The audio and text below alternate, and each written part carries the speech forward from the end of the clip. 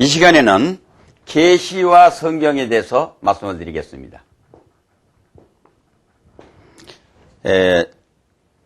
우리 기독교를 가리켜서 계시 종교 또는 성경의 종교라고 그렇게 말을 합니다.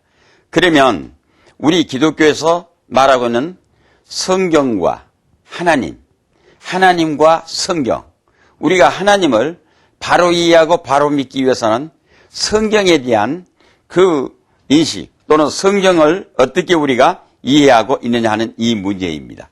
그렇기 때문에 성경에 대한 문제 또 동시에 늘 우리가 기독교 종교는 계시 종교라고 했기 때문에 이 계시 종교와 성경이라는 것 이거는 연관지어서 아주 중요한 우리 기독교적 교리를 뜻을 가지고 있습니다.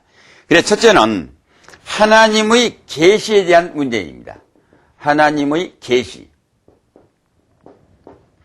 본래 이 계시라는 말은 하나님께서 우리 사람들에게 전에 숨겨져 있던 것을 드러내 주셨다 이 말입니다. 그러면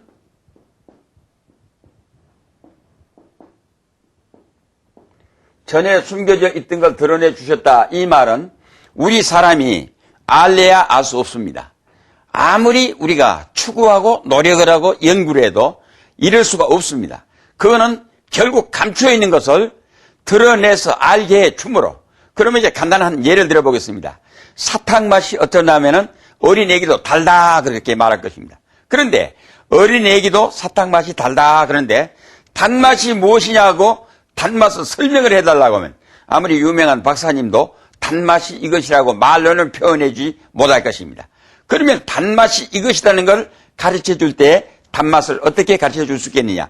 사탕을 주면서 입에다 넣어주면서 먹어보라 그러면 됩니다. 먹어보면 비로소 이것이 단맛이다. 이걸 알 수 있게 되어 있습니다. 그런 거로 우리가 이 하나님께서 우리들에게 열어 보여주시고 드러내 주시고 알려주시고 하시지 않는 한 알 수 없는 것을 우리들에게 알게 해주시고 드러내 주셨다 하는 이 하나님에 대한 신지식을 의미하고 있습니다. 그래서 이런 의미에서 우리가 신지식은 인간의 이성이나 노력만으로는 완전한 이해에 이를 수 없고 이거는 하나님의 계시, 즉 하나님의 성령에 의해서 우리에게 전달되는 방식에 의해서 알 수 있고 도달할 수 있는 것이다 하는 이 말입니다. 그 다음에 가서는 그러면 이 계시에는 어떤 종류들이 있느냐 하는 문제입니다. 계시의 종류입니다. 종전에는 우리가 이 계시의 종류를 이야기할 때 두 가지로 이야기를 했습니다. 하나는 자연계시. 하나는 또 이제 우리가 초자연계시. 이렇게 이야기를 했습니다. 그런데 지금 이제 자연계시와 초자연계시라는 이런 용어는 지금은 잘 쓰지를 않습니다. 그러면 자연계시와 초자연계시라고 하는 말이 어떻게 지금 바꿔졌느냐. 병이 되는데 여기는 일반계시와 특별계시로 바꿔졌습니다. 그래서 일반계시 또는 특별계시. 그러면 이 일반계시와 특별계시에 대한 이해 문제입니다. 무엇을 일반계시라고 하고 무엇을 특별계시라 하느냐. 여러 가지로 이제 우리가 설명을 할 수가 있겠습니다만은 간단하게 가장 가깝게 간단하게 이 얘기를 해서 우리가 일반계시와 특별계시를 구분하는 방법이 있습니다. 어떻게 해야 하느냐. 일반계시라고 하는 것은 이성을 중심으로 자연과의 관계를 연관해. 일반계시는 이성, 우리 사람에게는 리즌이라고 하는 이 이성이 있습니다. 이성을 중심으로 해서 하나님의 그 지식에 접근하려는 방법. 즉 그러므로 자연 상태를 중심으로 해서 하나님의 의지, 하나님의 표현, 심지어는 존재까지를 추구해 보려고 하는 그런 것들을 일컬어서 일반계시. 그리고 우리가 이 자연을 통해서 하나님을 읽어가는 것이 자연계시라고 이렇게 생각하면 되겠습니다. 그러나 여기에 비해서 특별계시라는 건 계시를 중심으로 해서 하나님에게 이르려 하는 하나님을 추구하는 이 방법입니다. 그러면 결국 이성이라고 하는 것은 학문적인 추구에 끝나지만은 이 계시라고 하는 것은 결국 구원에 도달하게 하기 위한 방법입니다. 그러므로 우리가 일반의 이 몸이 살아가고 이 세상 살아가기 위해서는 일반 계시적 의미에서만 만족합니다. 그러나 예수를 믿고 구원을 받았다. 우리가 하나님 나라에 간다. 하나님에 대해서 안다 하는 이것은 특별 계시적 방법에 의해서 도달할 수 있다. 이렇게 가겠습니다.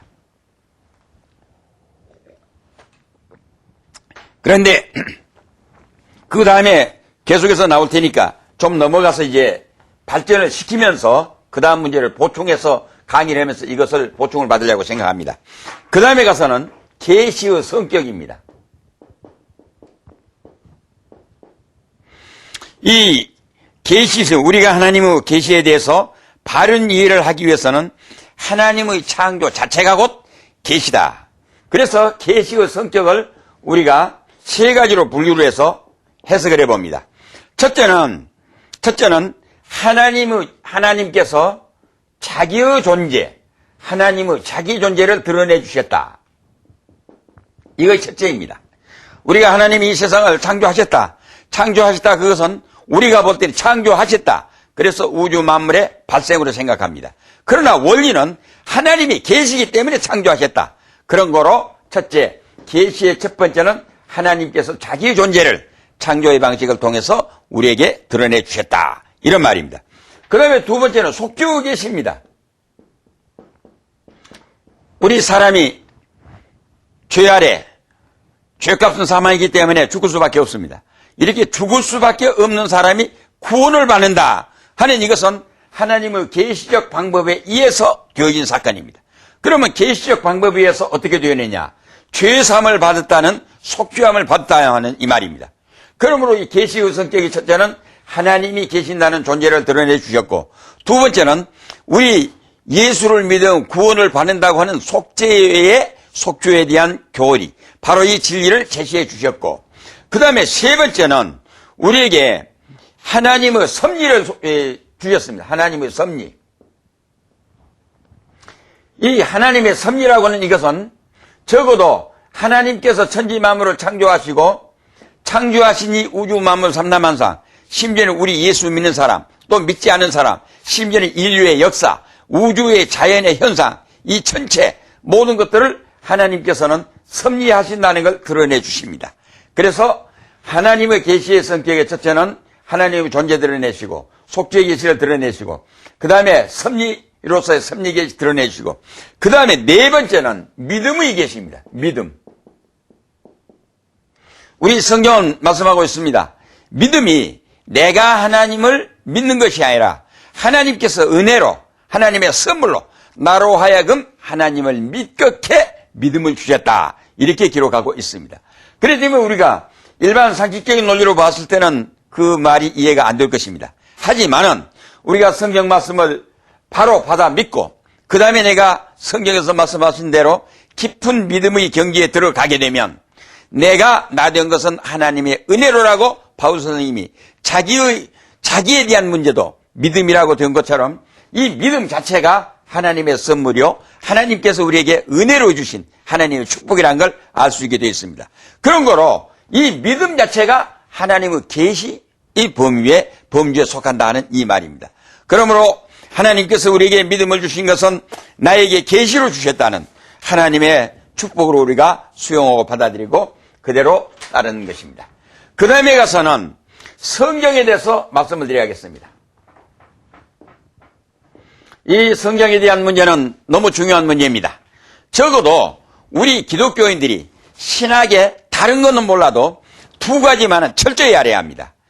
두 가지의 첫째가 뭐냐면 하나님에 대한 신앙입니다. 그 다음에 두 번째는 성경에 대한 신념입니다. 왜 그러느냐? 하나님 전체가, 우리는 신학이 하나님, 성경이 하나님. 그래서 제가 여기에서 먼저 전제로 하나 드리고 있는 것은 하나님은 살아계신다. 그 살아계신 하나님께서 우리에게 하나님의 계시로 주신 것이 바로 성경입니다. 바로 성경. 그래서 우리가 성경에 대한 바른 이해를 하지 못하면 우리가 하나님의 그 뜻을 바로 이해해 드릴 수가 없습니다. 그러면 성경을 우리가 이해하기 위해서는 먼저 대전제가 있습니다. 성경을 이해하기 위한 대전제가 무엇이냐? 성경의 신적 권위입니다. 성경에 대한 신적 권위, 이거는 심리적인 권위입니다. 성경이 왜 신적 권위라는 문제가 나오게 되느냐? 이거는 성경도 하나의 유명한 사람이 기록한 일반의 책이다. 이걸 우리가 신학에서 쓰고 있는 용어로는 문서설이라 그럽니다. 문서설. 성경이 사람들의 어떤 작품이라는 말입니다. 그러나 성경은 하나님이 우리에게 계시로 주신 이 하나님의 신적 권위를 갖는 책이지 일반 사람이 지어낸 문서가 아닙니다. 그런 거로 성경의 신적 권위를 전제로 해야 하는데, 그러면 성경의 신적 권위는 무엇을 말하느냐? 첫째는 하나님의 계시라는 말입니다. 성경은 하나님의 계시로 기록된 책이다 하는 이걸 첫째로 인정하고 수용해 줘야 합니다. 그 다음에 두 번째는 성경은 하나님의 말씀이라는 것입니다. 성경은 우리가 하나님의 말씀입니다. 어떻게 기자들이 썼는데 그게 하나님의 말씀이냐? 하나님의 성령께서 성령으로 그들에게 영감, 소위 인스피레이션, 영감을 주셔서 하나님의 성령의 감동함을 입은 그분들이 하나님의 뜻을 기록한 책입니다. 내가 개인적인 이야기를 했다 할지라도 그 자기 개인의 이야기가 아니라 그것을 가지고 하나님의 원하시는 의지를 성취시키는 하나님의 뜻을 이루어드리는 방법, 방향을 제시해주는 책이기 때문에 바로 이 성경은 전체가 하나님의 말씀이다 이 말입니다. 그 다음에 세 번째는 이 성경은 하나님의 진리입니다. 성경이 하나님의 진리라는 말씀은 다른 의심의 여지가 없습니다. 우리 성경이 하나님의 진리라는 것은 이 진리라는 말이 그럼 무슨 말이냐는 말이지. 우리가 글자 그대로 참미치입니다. 참입니다. 참. 영어로 들어오습니다. 그러면 이 참이라고는 이것이 무엇이냐? 이 진리 실체 자체가 누구냐? 하나님이십니다. 하나님이 진리이십니다. 다시 말하면 예수님이 요한복음 14장 6절에 말씀하시기를 나는 길이요 진리요 생명이니 하셨습니다.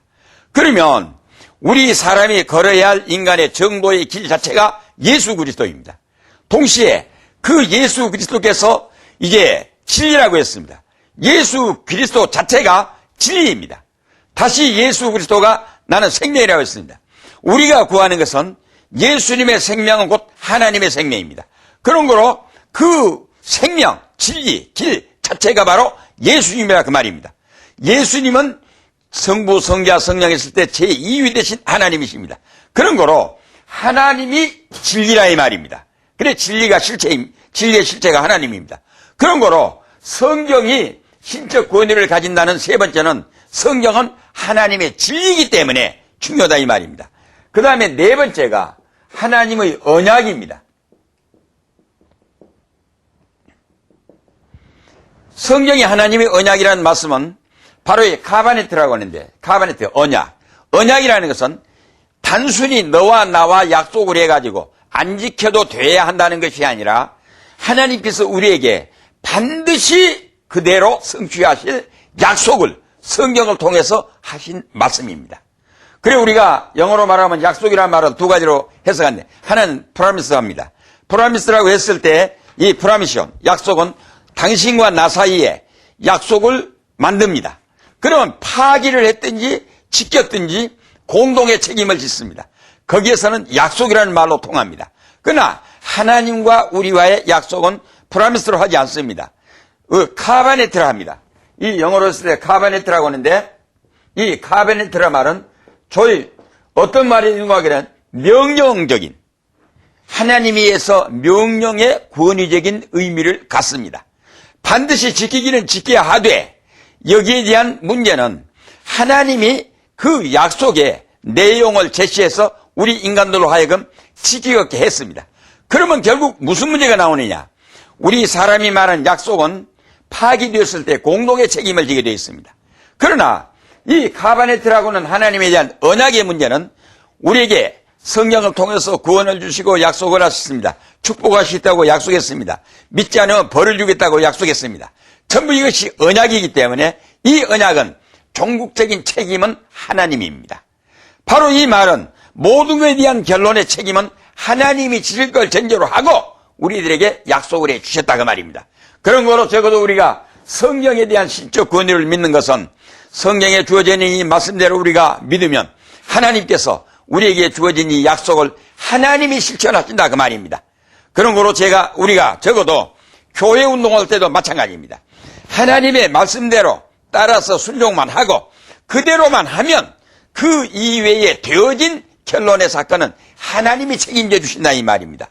그래서 우리가 성경에 대한 신적 권위를 하나님의 계시, 하나님의 말씀, 하나님의 진리, 하나님의 언약, 이걸 성경의 신적 권위를 인정하는 것을 전제로 하고 하나님의 말씀인 성경에 임해야 우리가 성경에 대한 바른 이해에 이를 수 있다 하는 이런 말입니다.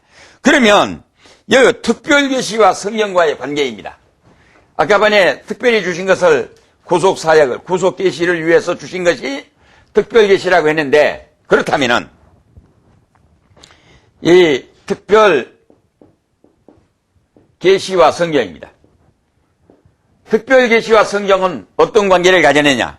이것도 이제 책을 통해서 얘기를 하면은 구구한 내용의 설명이 많이 필요합니다.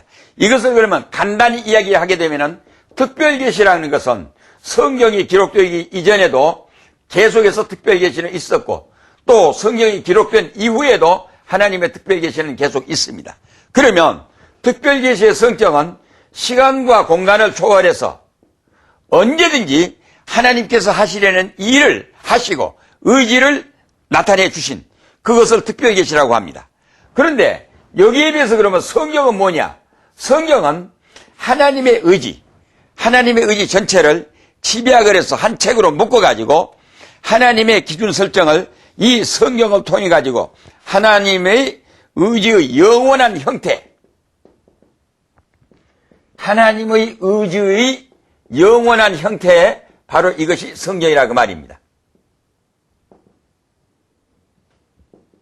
그러면 이 성경이 하나님의 의지의 영원한 형태라 그 말은 특별계시 방법으로 성경이 기록됐고 또 성경이 하나님의 특별계시다, 이런 의미에서는 같은 뜻을 갖습니다.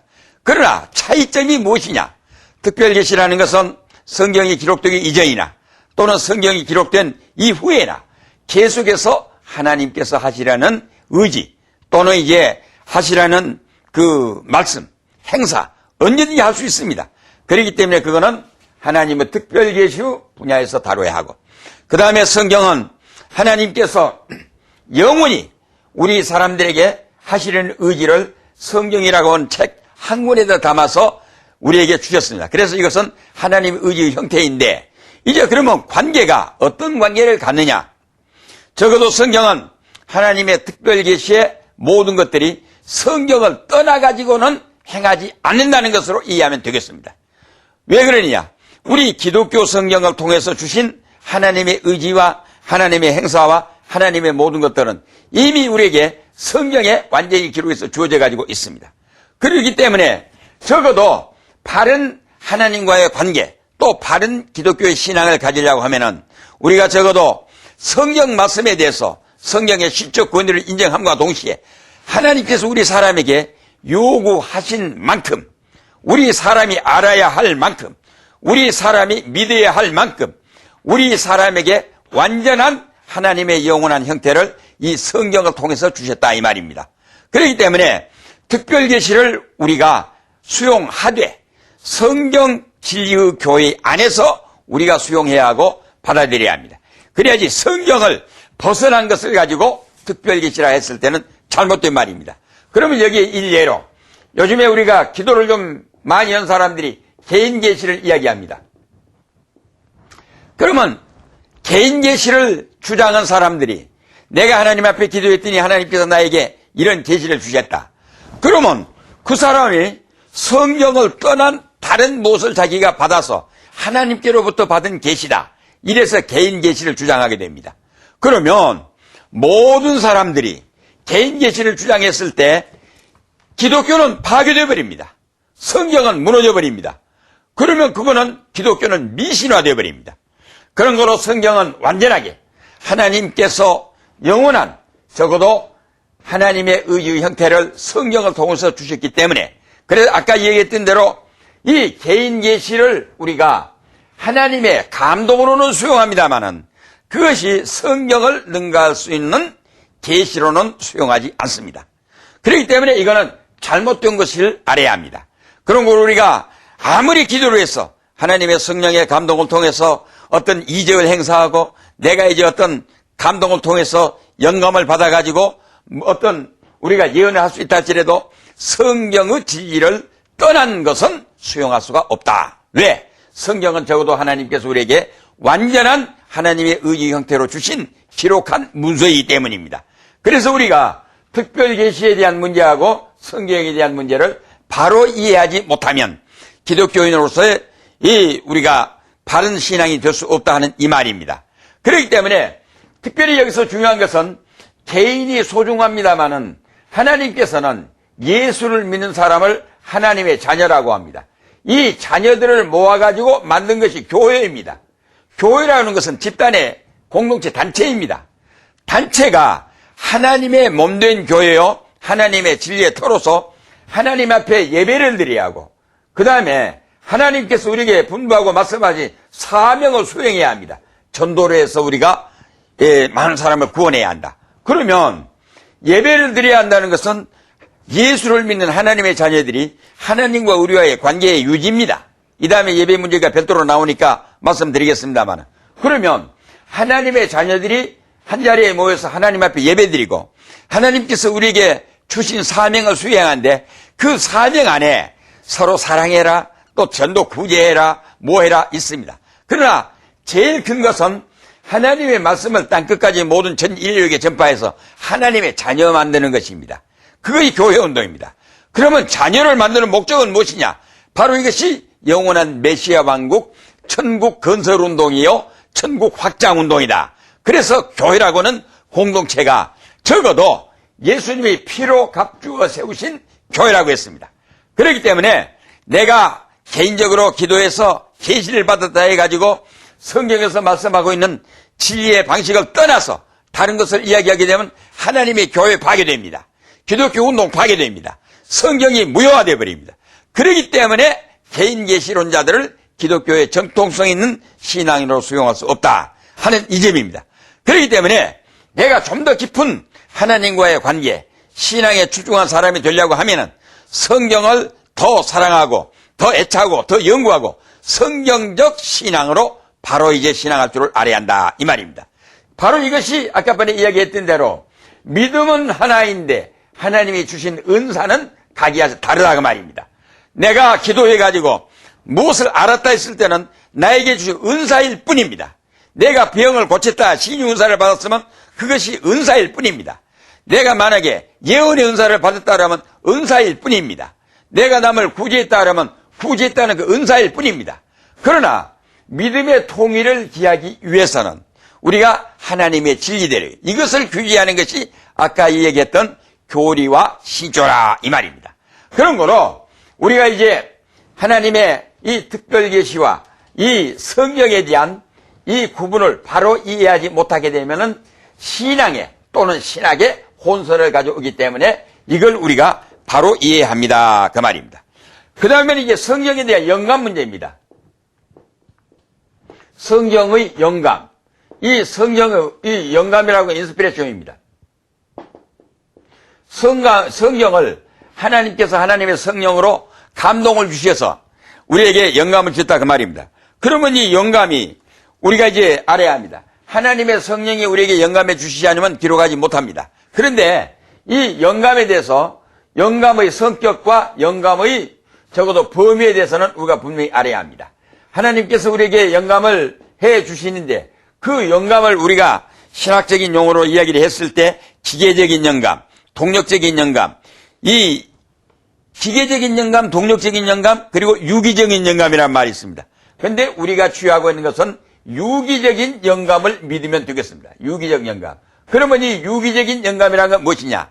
하나님께서 우주 만물을 창조하시고 사람들에게 여기에서 살게 하는 것처럼 모든 지어진 세계에 되어진 것들을 총망라해가지고 포함을 시킵니다. 마찬가지로 유기적이라는 이 말씀은, 영감이라는 말씀은 그 사람의 지식, 인격, 경험, 생활, 믿음 모든 것들을 다 포함해서 하나님께서 그에게 감동을 주셔서 하나님의 뜻을 이루어 나갈 수 있도록 기록하게 했다. 이거 유기적 영감입니다. 그 다음에 영감의 범위는 우리가 여러 가지 있습니다. 사상 영감, 또는 이제 부분 영감, 또는 이제 동령 영감, 여러 가지 있습니다. 그러나 우리는 축자 영감을 믿습니다. 축자 영감은 완전 영감입니다. 이 축자 영감을 왜 축자 영감이란 무엇이냐? 글자 한자 한자를 쓸 때마다 하나님의 성령께서 감동해 주셨다 그 말입니다. 그러면 기계적으로 이거 메카니컬 인스피레이션, 소위 그래서 기계처럼 컴퓨터처럼 이렇게 작동 명령한 대로 따라가냐? 그것이 아닙니다. 하나님께서는 적어도 성령께서 그 기자가, 성경을 쓴 기자가 한자 한자를 쓸 때마다 첫째는 마귀의 방해를 차단시켜서 막아주셨습니다. 그 다음 두 번째는 잘못이 없도록 성령이 지켜주셨습니다. 그 다음에 자기의 경험담을 이야기할지라도 이것이 하나님의 의의를 나타낼 수 있도록 한자 한자 쓸 때마다 하나님의 성령이 지켜주셨습니다. 그렇기 때문에 축자 영감을 믿는다는 이 말입니다. 그런 거로 적어도 우리 바른 신앙을 하는 사람이라 하면은 성경의 이 영감의 성격을 유기적인 그 다음에 영감의 범위를 축자 영감으로 믿어야 합니다 하는 이것을 이제 그래서 저는 여러분들에게 마지막으로 이 말 한마디 해드리겠습니다. 우리가 하루에 밥 세 끼 먹어야 합니다. 먹고 살기 위해서 일해야 합니다. 그럼 우리가 성경을 하나님의 진리, 생명의 말씀, 생명의 떡, 생명의 물 그럽니다. 예수 믿는 사람 또 우리 목회자들이 성경 읽는 것에 대해서는 무관심이란 말이 이것이 안타까운 일입니다. 적어도 성경을 밥 먹는 것보다도 더 읽기를 좋아해야 합니다. 성경을 더 상고해야 합니다. 대단히 죄송하고 미안합니다만 여기에서 강의를 하고 있는 이 사람은 금년 들어서 오늘까지 280독 했습니다. 나는 이제 성경은 내가 육신이 살기 위해서 먹는 밥보다도 성경을 먼저 챙겨 읽어야 한다. 적어도 이러한 성경을 먼저 챙겨 읽어야 한다는 이 간절한 요구, 이것 때문에 제가 이 신학을 강의할 수 있게 되는지 모르겠습니다.